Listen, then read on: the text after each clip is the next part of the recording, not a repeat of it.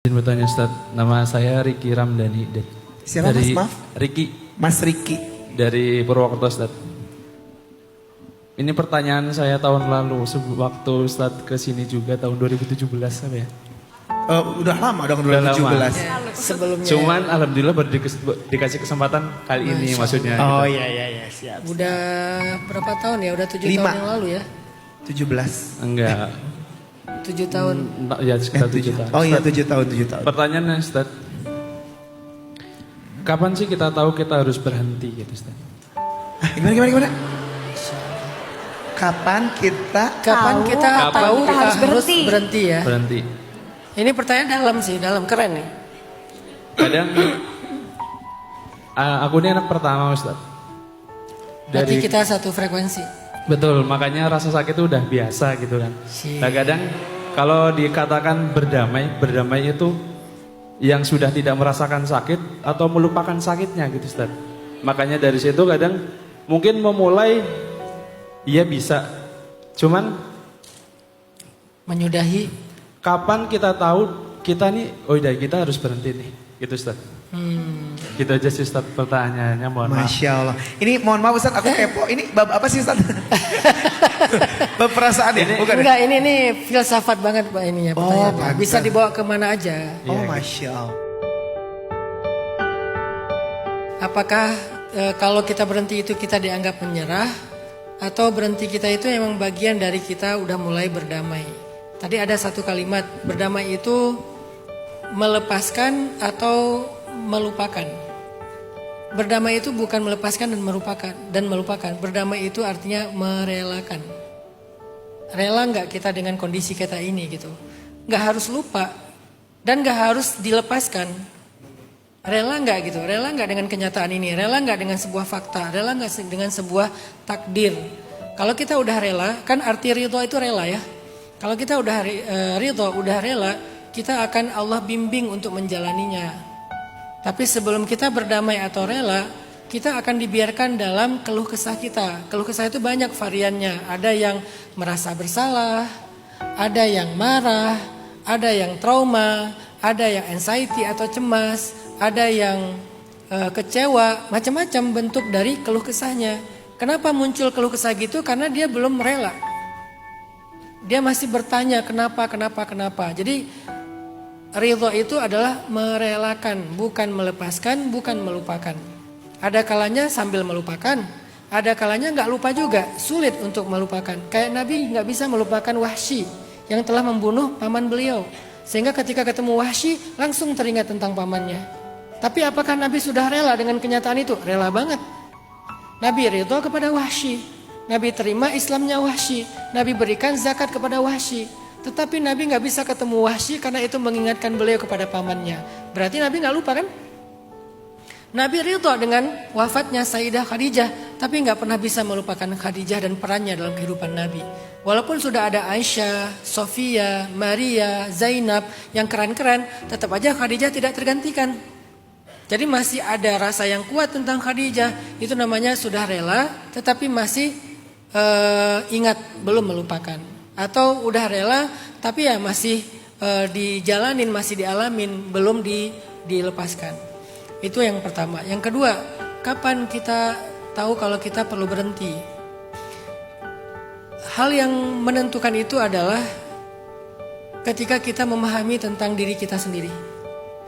Ada orang yang terlalu memaksakan dirinya sampai kemudian dia baru berhenti oleh keadaan. Ketika udah drop baru dia berhenti. Ketika udah nggak punya apa-apa lagi baru dia berhenti. Ada orang yang berhenti karena nggak memahami dirinya, justru karena dia nyerah, karena dia berputus asa. Maka berhentilah karena kita mengerti tentang batas kemampuan kita. Bukan karena menyerah, bukan karena udah terpaksa nggak punya apa-apa lagi. Karena dua berhenti yang ini nih ekstrim nih. Yang satu ekstrim terlalu dini, yang satu lagi ekstrim karena udah telat. Maka berhentilah karena kita tahu batas kemampuan kita. Saya selalu mengulang-ulang quote gini. Jangan katakan iya kepada orang lain kalau kamu harus mengatakan tidak kepada diri kamu sendiri. Itu zalim namanya. Jadi ada masanya kita memang mau gak mau mengatakan Tidak dengan kata-kata maaf, punten atau apa, tidak untuk orang lain. Karena emang kita nggak mampu.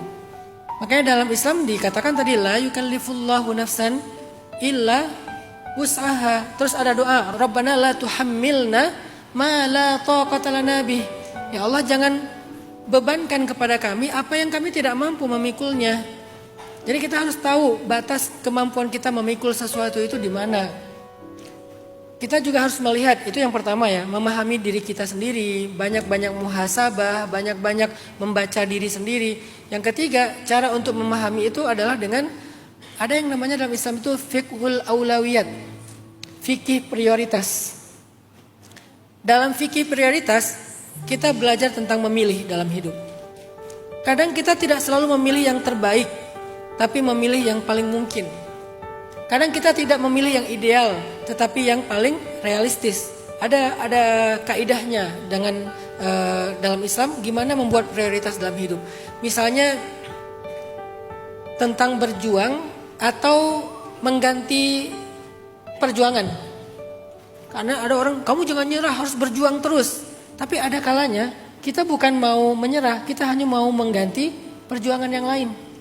Karena di situ kita udah tahu batasannya. Ini kayaknya bukan di sini nih sayanya nih. Maka saya akan mencoba untuk fokus dengan perjuangan yang lain atau proyek yang lain. Dan proyek itu bukan kita ganti karena kita orangnya plan-plan. Nyoba sedikit nggak berhasil, ganti lagi. Bukan karena itu. Karena kita udah total dan kita tahu batasnya. Ini kayaknya bukan di sini nih. Coba lagi yang berikutnya. Di situ kita harus mengerti diri kita. Di situ kita harus lihat prioritas hidup kita. Kayaknya kita nggak mungkin kalau ini masih panjang. Sementara saya ada kedaruratan yang harus waktunya cepat. Jadi saya akan mengganti proyek yang berikutnya. Ini berlaku dalam karir, berlaku dalam rumah tangga. Ada kalanya dalam rumah tangga, kita harus tahu kapan kita memang harus memutuskan untuk berhenti. Makanya dalam Islam, walaupun nikah itu adalah ibadah yang luar biasa, tapi talak itu tetap dibolehkan kan, sebagai pintu darurat. Nah, kita harus ngerti kapan tingkat kedaruratan yang boleh membuka pintu darurat. Kan pintu darurat itu nggak boleh dibuka untuk penumpang yang mau naik pesawat ya, atau yang mau turun pesawat. Dia harus dibuka hanya dalam kondisi yang darurat banget. Nah, yang paling ngerti darurat itu adalah kru pesawatnya, pilotnya. Maka belajarlah tentang kategori darurat. Begitu juga dalam rumah tangga. Bukan berarti setiap perceraian itu berarti dia nyerah, berarti dia putus asa. Enggak juga. Dia yang lebih ngerti batasannya. Bahkan Nabi pernah menceraikan istrinya, kemudian Allah suruh rujuk. Bahkan sahabat Nabi dua-duanya soleh-solehah ahli surga bercerai juga. Padahal baru setahun menikah. Siapa itu? Zaid sama Zainab. Jadi tentang hal ini yang paling mengerti adalah kita sendiri. Ada kalanya perceraian itu memang solusi yang tersisa satu-satunya. Gak ada solusi lain. Makanya dalam Al-Quran ada surat cerai. At-talaq. Saking pentingnya perceraian. Tetapi dia tetap adalah pilihan darurat. Nah disitulah nanti berlaku tentang kapan harus berhenti. Misalnya, saya tuh nggak selalu menyemangati orang untuk bertahanlah, jangan cerai, jangan sampai berantakan rumah tangganya. Saya pernah menyarankan orang untuk bercerai, karena saya tahu kasusnya. Apa kasusnya? Suaminya jajan, dan kalau dia bertahan, maka suaminya akan membawa pulang penyakit ke rumahnya, dan penyakit itu akan merugikan istri dan anak-anaknya. Makanya di tempat saya di Bandung kemarin sempat viral berita, ada sekian puluh ibu-ibu mengalami HIV, terindikasi HIV. Padahal mereka orang-orang baik yang gak kemana-mana, cuma di rumah. Gara-gara apa? Gara-gara rata-rata suaminya jajan di luar. Akhirnya istrinya kena HIV. Nanti kalau istrinya hamil, anaknya juga kena HIV, kan kasihan ya. Nah dengan kondisi kayak gini, talak adalah satu-satunya yang tersisa dari solusi rumah tangga mereka, nggak ada yang lain. Kalau dia bertahan, maka dia membiarkan dirinya dan keturunannya kena penyakit. Ya udah gimana lagi coba.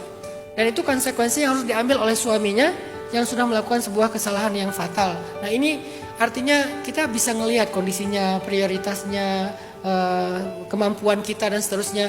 Disitulah kita bisa memutuskan kapan saatnya kita berhenti.